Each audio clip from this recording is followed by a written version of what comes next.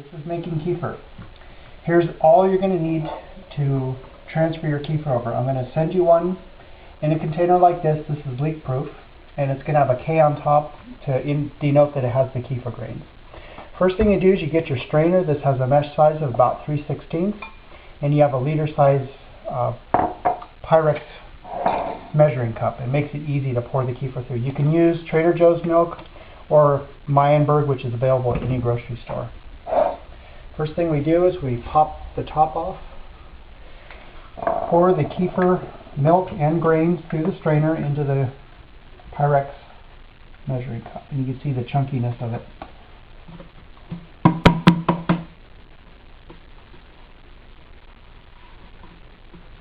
And you'll understand the reason for the Sharpie pen and the spoon in a second. Okay, so you want a pretty small spoon, because when we put the grains, as you can see them here, back into the container, it's a pretty narrow opening at the top in order to put it through. So that's why I have a long, narrow spoon. And so anyways, so you just spoon the kefir grains back in after they're strained. And I mix them around just to get all the milk off of them. It's optional. This might take a little bit depending on the amount of grains you have. The more grains, the less time you let it sit out at room temperature to kefir. The less grains, the more time you can let it sit out.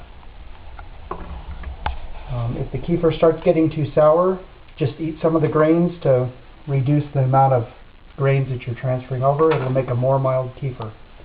If you like your kefir more sour, keep more grains in it. These are actually growing pretty good, so there's quite a bit here.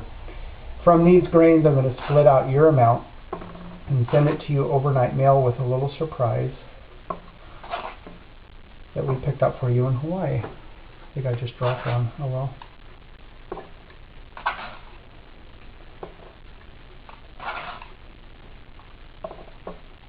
Okay, all the grains are back in a container.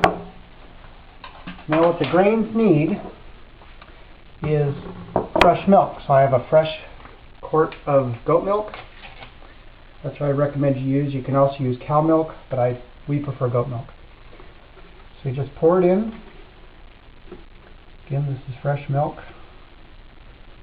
You go and you leave just enough room at the top for shaking and expansion. Don't need to be much, but so there's a little bit of airspace, not much. So you put your new cap on here,